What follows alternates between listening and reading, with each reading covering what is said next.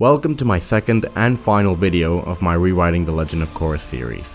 Now, as you all know, Legend of Korra did not get neither the reception or the praise that The Last Airbender got. Its story felt a little messy and rushed at times, as Nickelodeon constantly made the creators' lives impossible when making the show. So in this two-part series, I've been attempting to craft an alternate version of the show that gives more time for its story to breathe and further develop the characters that saw their arcs mishandled due to the many issues that complicated things during production. Now, before we finish rewriting The Legend of Korra, let me take the time to highly recommend you watch part 1 of the series, because I've already altered the story a lot in terms of structure, lore, the arcs that the characters go through, etc. At the beginning of that video, you will also find a quick explanation of how the series works to avoid any potential confusion with part 2. So do give part 1 a watch if you haven't yet. And with that brief introduction out of the way, let's finish rewriting The Legend of Korra.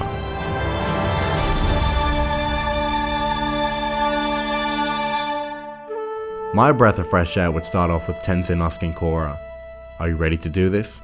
As she nods, takes a deep breath and restores Linda's bending, who is on her knees like in the original season 1 ending, as everyone cheers. "He taught me well," she says, as Tenzin smiles at her. It's been a few days since they defeated the Red Lotus. Team Avatar then heads back to Republic City, as Korra begins to restore the bending of the dozens if not hundreds of people who lost it. Meanwhile, Mako and the police begin to get calls about various disturbances as random people suddenly begin to airbend, one of which is of course Bumi. And since there was no spiritual battle in this timeline, Republic City is not filled with vines, and the relationship between Korra and the people of Republic City is actually more positive than ever. The newly elected President Raiko calls her and Tenzin to ask if they have a plan regarding the new airbenders. Tenzin then suggests that he can rehabilitate them and train them at Air Temple Island, and those who wish to learn more than just how not to airbend by accident will be welcome to become air nomads. Raiko agrees, as he lets them know that he has received calls from the leaders from the other nations, all reporting supposed new airbenders as well, most notably from Ba Sing Se. Korra then offers herself to help in Ba Sing Se after she's done restoring the bending of those who lost it. The episode would then end with Red Lotus spies on the roof of the presidential building overhearing the conversation. Around a week later, Team Avatar head out to Ba Sing Se, while Lin, Tenzin and his siblings stay in Republic City. During their journey, Asami would find another letter from her father within some documents she gets from one of her employees as she throws it away once again. She then sheds a tear of frustration until she's interrupted by Mako, who embraces her. Then a short time skip would take us to their arrival where they meet the Earth Queen, who is just as obnoxious as ever. Mako and Bolin are then pickpocketed by Kai, as this is the first time we see him, and they chase him down the streets and find their family just the same. Only this time, around half the episode takes place there, as we find out more about their parents and why their father left, with 1 or 2 flashbacks perhaps. On top of learning more about their family in general, especially their grandmother Yin, and the other half of the episode is spent with Korra and Asami suspecting about the Queen, because she claims that those calls to President Raiko were greatly exaggerated, and that she doubts that they will find any airbenders in the city, and that they should leave soon. Then Kai, who we haven't really met yet, is taken by the Dai Li. In Harm's Way plays basically the same. The main difference is that a very large part of the episode is about Kai's experience in the secret underground under the temple, establishing him as that likable and troubled kid that we know, as he tries to help the other airbenders despite the ruthlessness from the Dai Li. Lin also arrives unexpectedly, saying that the Red Lotus was spotted nearby and that Korra must get back to Republic City immediately. But she refuses to go until she finds the airbenders, who are rescued just like they are in the original version. And after they are given a choice to either train with Tenzin or be dropped off somewhere safe, they receive a call about a new airbender in Zaofu, while Lin doesn't look too thrilled. In the Metal Clan, there are a few differences. Zahir does not infiltrate himself at Air Temple Island, and Varric arrives at Zaofu to do business with Su's family rather than already being there, as they want to modernize the train systems. That way we could see a little more from the family, including Batar Jr. and his father most of all, for they will play a bigger role next season. Perhaps also catching our first glimpse of Kuvira. Old wounds would also be quite similar, although Opal would be the first girl to actually like Bolin, as he also tries to learn metal bending, but he's told that not every earthbender can do it. He's deeply affected by this, and he even asks himself, what would Toph herself think? Until Zahir arrives at Ba Sing Se surprisingly. This would also be the first time we actually see him bald. This chapter is split in 3 airbending stories. The The first would be Tenzin arriving at the Northern Air Temple after Air Temple Island got a little too crowded, as he trains his new cadets, while Kai and Jinora begin to like each other. The second would be Zahir and his team as they sneak through Ba Sing Se, showing his incredible airbending prowess, as well as him citing the Guru Lahima poem. And at some point, after explaining who the Guru was, he also reveals that he's a descendant of Guru Lahima. The third, and least important side story in this episode would be Korra training Opal, as we would also catch a few more glimpses of Bata Jr.'s daddy issues. The episode then ends with Zahir choking the Earth Queen, and now they can finally move on to their next target, the Avatar. Team Avatar then finds out of the chaos in Ba Sing Se and rush there as Mako and Bolin save their family. Up until now, we know that the Red Lotus wants Korra, but after having attacked the leaders of the Southern Water Tribe and the Earth Kingdom, their plan is still not quite clear to us. And while in Ba Sing Se, Red Lotus members deliver a message to Korra, saying that Zahir will be waiting for her in the spirit world with the answers she seeks. Everyone says it's a trap, which she agrees with, but Korra argues that they will be taking care of her body, and that she will leave the spirit world immediately should anything go wrong.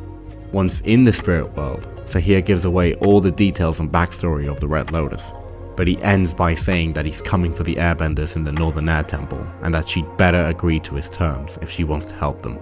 She calls Tenzin, but it's too late, as the episode ends with the airbenders attempting to escape in vain, as they are rounded up by Zahir. Enter the Void would then start with the fight that we see at the end of the original ultimatum, but this time it takes up around 15 minutes or so rather than 8 approximately.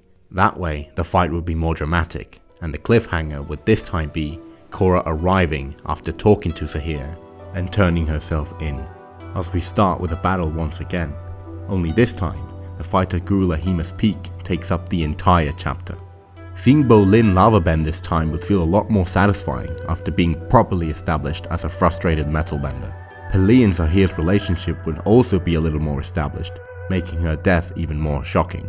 And with this version of Zahir being a descendant of airbenders, his ability to fly would probably feel less far-fetched. I was never a fan of him flying in the first place, but it is kind of necessary because of his final battle with Korra at the end. Then the season finale would have been quite similar to the one we got. The main difference is now that Zahir has way more followers, Korra would have to take him on as well as almost an entire army by herself like she did in the South Pole. But since she did not lose her connection to her past lives in this timeline, her avatar state is far more powerful than the one we saw in the final episode of season 3 in the original show. So yeah, my season 2 is quite different. I knew I wanted to get rid of a lot of the things from the original season 2, especially that big Godzilla fight at the end. We've got a freaking kaiju up in this shit! And look, I love Legend of Korra, I do, but that ending with a dark avatar monster out to destroy the world just didn't feel like Avatar to me. And obviously Unalaq is the least interesting of the villains, so I just decided that this should be a Zahir only season. Unfortunately, when you attempt to combine these two seasons into one, you are inevitably going to run into some pacing issues and crammed up story arcs. I mean, I had to have Korra get her bending back, she needed to open the portals, then Zahir needs to get airbending after that, and then you get the point. So of course I'm aware of the fact that this season would still have perhaps a little too much going on, but the whole point of this series was to rewrite the story that we already know, not start a completely new one from scratch. But the one thing that I did like the most was imagining how impactful it would be to see Korra finish the way she does. Because in this timeline, she just got her bending back, and she had to work to get it back, instead of having Aang solve the problem in mere seconds. Korra had just truly started to become the Avatar, and by the end of the season, she's right back where she started. I think that will make her story a lot more compelling. Oh, and just one more thing. Throughout the second half of the season, it's clear that Mako and Asami like each other again, but obviously feel really guilty because of Korra. But at some point during the end of the season, I would have her tell both that she's okay with it and is actually glad to see them back together. There would be no tension between her and Asami. In fact, I would still definitely develop an even more believable bond between the two, because that will still have a part to play next season. But now let's finally move on to Book 3. After all these years would almost be the same, but the main difference would obviously be that Mako and Asami have been together for 3 years now, as he arrives after being sent away for a few months to be Prince Wu's bodyguard. Opal and Kai, and arguably even Jinora, would have little development up to this point, but a longer season should help out with that. And of course we're going to stretch this arc out, Korra alone is probably the best episode in the series. Now we'll get to see even more of her hardships, more of her parents, especially her mum, which we don't know much about up to this point. And of course, more of Katara, which would please basically everyone. And part 1 of Korra alone would only end with her reaching the northern portal. She would then spend more time in the spirit world rather than just being there for a minute or two of screen time. We would see more of her nightmares and the state of her mind. More of her voyages across the ice, the volcano, and of course the desert, where she thinks she sees Rava and Vaatu and even hears them calling her name, only to find that the desert is playing tricks on her mind. We would see more of her wandering about in the swamp, which is another place that plays tricks on your mind, until she finally meets Toph. And this next episode would also be quite similar. The only difference is that we wouldn't catch any glimpses of Korra and Toph in the swamp, yet. Instead, there will be way more focus on the tension between Kuvira and Bata Jr. with Sue and her family, because that whole subplot was greatly underdeveloped in the original show. And though I knew that the title of this episode would sound familiar, for it's of course a callback to when Toph trained Aang, therefore this chapter is also called Bitter Work, as Korra also struggles with Toph's helping methods, as well as with her hallucinations from her past, as there would also be bitter work between Jinora, Ikki and Milo, who have begun their search for Korra. And then the chapter would finally end with her realizing that she still has pieces left of the venom of the Red Lotus inside her. And then in The Calling, the episode would again be about Aang's grandchildren looking for Korra, as well as having more scenes of her with Toph in the forest. Only this time, the focus would shift, as now the majority of the chapter would be about Jinora and her siblings, while Korra and Toph are less important this time. And we would get to see more of Toph anyway, as we are expanding this arc to 2 episodes, and around 15 minutes into this one, they finally find her. That way we could see a little more of Toph meeting Katara's grandchildren, since they are basically her nephews. And then in the end, Korra finally gets the rest of the poison out. In the official version of this chapter, Sue began to tell Korra about Kuvira around 12 minutes in, but instead of taking 2 minutes to tell the story, this time she takes up the rest of the episode, which would be around another 12 minutes or so. In that time, we could see more of Bata Jr.'s frustrated attempts to impress his father, as well as the never-ending comparisons he always got with him, on top of the toll that surely took. I'd want to see more of how Kuvira was received as an orphan and how she rose through the ranks of Zaofu's police force, as well as showing how she and Bata Jr. actually fell in love, expanding on how they fell out with Sue and the rest of her family. So basically they would be getting the TLOK and Noatak episode treatment that I talked about in part 1. And earlier in this chapter, we would finally see Asami confronting her father. This time, the moment would be over 3 years and around 20 episodes in the making. And also Kuvira hasn't threatened Varrick yet, so Asami's scene with Hiroshi would be a lot longer. If you're a long-time Halo fan, then the name of this episode should also ring a bell. The 2 betrayals that take place would be Bolin and Varrick betraying Kuvira and attempting to escape, as well as Sue betraying the so-called deal that Kuvira offered to take Zaofu, as she and her 2 sons try to end their attack before it begins. Unfortunately, we know how both betrayals are gonna pan out, as both sides are captured. One by Bata Jr. and the other tricked by Kuvira. At around 15 minutes in, Bolin and Varrick would already be in their cell after Zhu Li turns her back on Varrick. And the rest of the episode would be Sue and her children sneaking past Kuvira's forces only to be captured as well. And since Sue has already been captured by the start of this one, this will give us more time to explore the conflict and frustration that Opal and the rest of her family get after hearing what happened. Another thing that would be different in my Battle of Zaofu would obviously be Korra's avatar state once again. Firstly, let's remember that in this timeline she doesn't know how to control it yet, which would make sense, because the spiritual part of the avatar was never really her forte. Avatar Roku, for example, was supposedly almost 30 when he attempted to master it, and after months of training, not even he could control it. And by then, he could already bend the 4 elements. He was a fully realized avatar by then. So in Kuvira's mind, Korra doesn't know how to even use it, so she would never tell her, go ahead, use it if you want. Instead, she would actually enter the avatar state by accident again, as a survival instinct. But since she never lost her connection to her past lives, the avatar state would be a lot more powerful. So in this version, Kuvira would not only be intimidated, but terrified of her. And just when Kuvira's army is about to break in to help her, that's when Korra faints. Again, let's stretch this arc out, because the episode would only end with Prince Wu being kidnapped this time. That way we can focus a lot more on Korra's return and her first reunion, not just with her friends, but everyone else. The restaurant scene would go on for much longer, and even though Mako and Asami are back together in this timeline, Korra and Asami would have developed a bond regardless. With longer seasons, the friendship of the new Team Avatar wouldn't be like the one we got, because their friendships would be more believable and more developed. So with Korra and Asami feeling a lot closer to each other than what we got in the original series, as well as having 2 Korra alone episodes to explore this, it would make a lot of sense to us as an audience seeing her write a few letters only to Asami, as well as how much this would upset Mako. The other extra scenes that we would get to see in this chapter would be Kuvira's arrival at the swamp, exploring her more as a villain, and showing us how willing she is to do whatever it takes to get what she wants. Then Korra, Mako and Asami would take up this whole episode searching for Prince Wu this time, ending with the big rescue scene on the train, and also seeing more of Kuvira once again, as she begins to cut and harvest the vines of the ancient tree to weaponize them. Beyond the Wilds now would have more time to spare on the debate between the nation's leaders on how to handle Kuvira. I would actually have more people in the room, as Lord Zuko and Iroh II are there acting as advisors for Fire Lord Izumi, as well as representatives from the water tribes with TLOK and Unalaq who have now settled their differences along with Tenzin. Then Varrick and Bolin arrive to warn them, Opal and Lin agree to free their family, while Jinora disappears. None of that changes here. However, the episode only ends with Zahir being revealed as Korra is about to confront him. During the chapter, there would also be a big moment when Zuko takes the time to thank Korra in private for leaving the portals open. For thanks to her, he got a chance to see someone he'd never thought he'd see again. Korra smiles at Zuko, for she knows exactly what this means. The confrontation with Zahir will now be more significant, as it would take up around 7 minutes worth of episode instead of 3, until Rava and Vatu's symbols finally appear in Korra's chest as she finally communicates with them once more, and the Avatar is now back once again.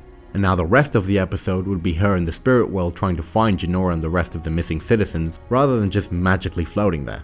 It is during this short quest that she is finally found and helped by none other than Uncle Iroh himself, who is hinted at during the last episode. I was obviously never gonna forget his cameo, as she ultimately finds those who disappeared thanks to his help. But since there are no spirit vines in Republic City this time, only a section of the city would start to grow the vines that take the people responsible for the disappearances. This would most likely be repercussions from Kuvira's handiwork in the swamp, damaging a highly spiritual place. Another important thing to point out is that since Korra was poisoned, she technically did lose her connection to her past lives, although just temporarily. She doesn't know how to use the Avatar state, as we saw with the fight with Kuvira, and she had lost her connection to the spirit world. But with the poison finally out, and finally having fully reconnected with Rava and Vatu, and the spirit world once again, she will now be able to contact her past lives once again as well. A very important detail for a very special upcoming episode. Oh yes, we are doing this. This is the equivalent to the Avatar and the Fire Lord episode from the original series. Aang comes to Korra while she is meditating, as they reunite after a long time of not being able to connect with each other, as he offers her guidance that she gladly accepts. Then they would most likely fly on Appa's back or something, as Aang shows her how he too had to stop one of the 4 nations and its overambitious leader once before, as well as showing her some of the most important never seen before aspects and events of his life. Would this be nothing more than fan service? Yes. Yes, it would be. But having 1 out of 60 episodes be fan service wouldn't hurt a fly, right?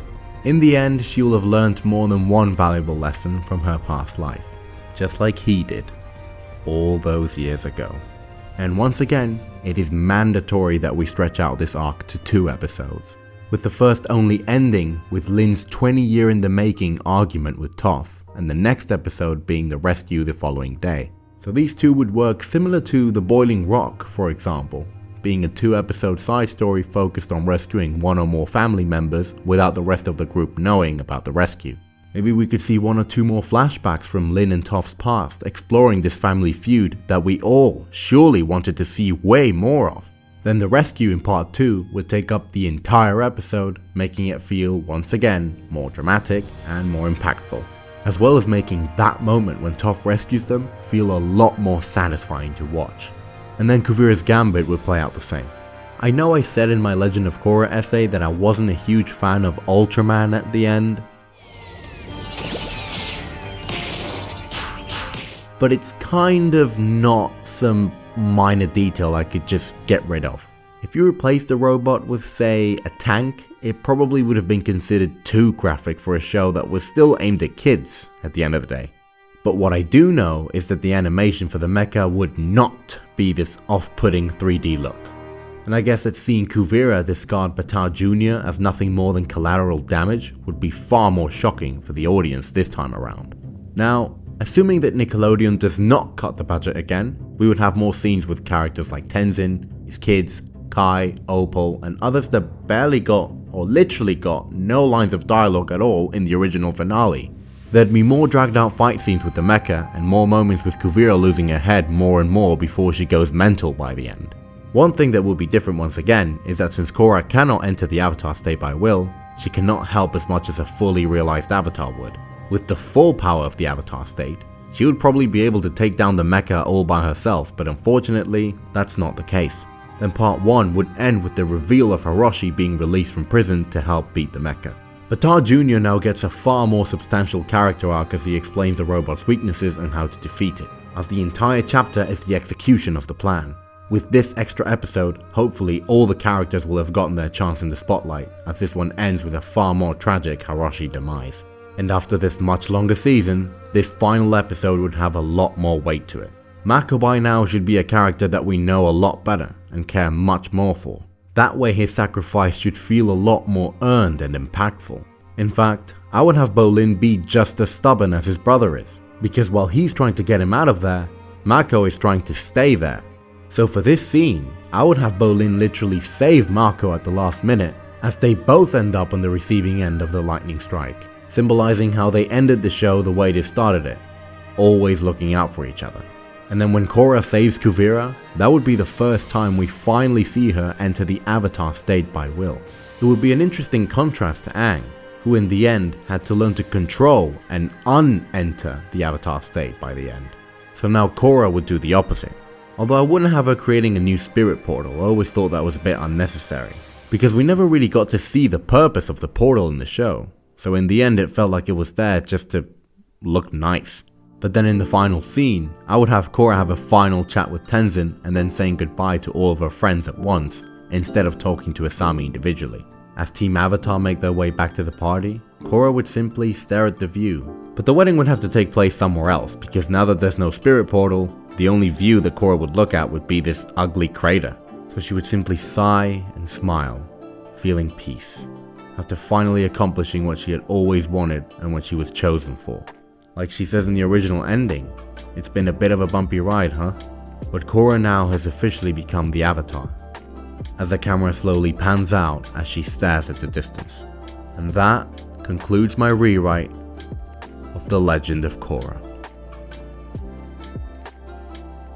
Now to recap this third season and the whole alternate version of the show, let me start off by saying that I still strongly believe that if Nickelodeon would have simply greenlit 3 seasons like they did with The Last Airbender, and let the showrunners pitch a complete story from the start, giving them the time and resources to pull off such a story, then the show would have most likely been a resounding success like its predecessor.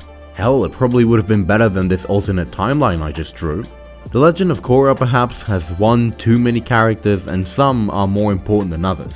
So I did my best to give those ones who got incomplete arcs more stuff to do this time around.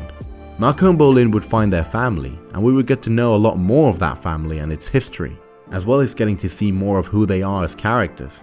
I'd like those flashback scenes of them living in the streets to establish them as kids who dream big and dream of a way better life than the one they've got. And they both end up in way bigger places than they could have ever dreamed of.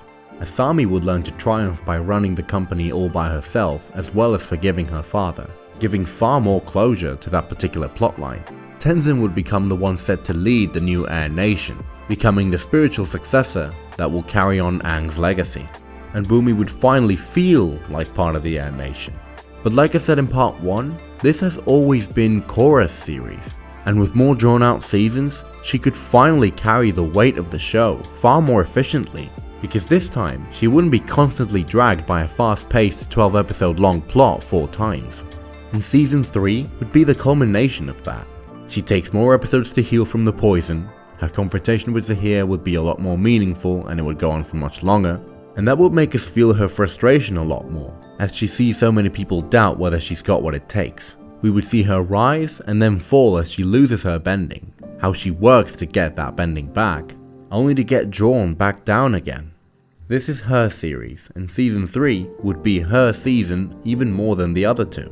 Obviously Kuvira would definitely steal the show very often, but probably not as much as Amon and TLOK in Season 1. And again, like I said in my Legend of Korra essay, she didn't really need a love interest. At least not one to wrap up the series with. I guess if the fans would have really demanded her to have one, well, maybe that's what the comics are for, I guess. She already has amazing friends as well as teachers and mentors, and a loving family, but at the end of the day, it was up to her to find the mental and physical strength to overcome the obstacles that she does.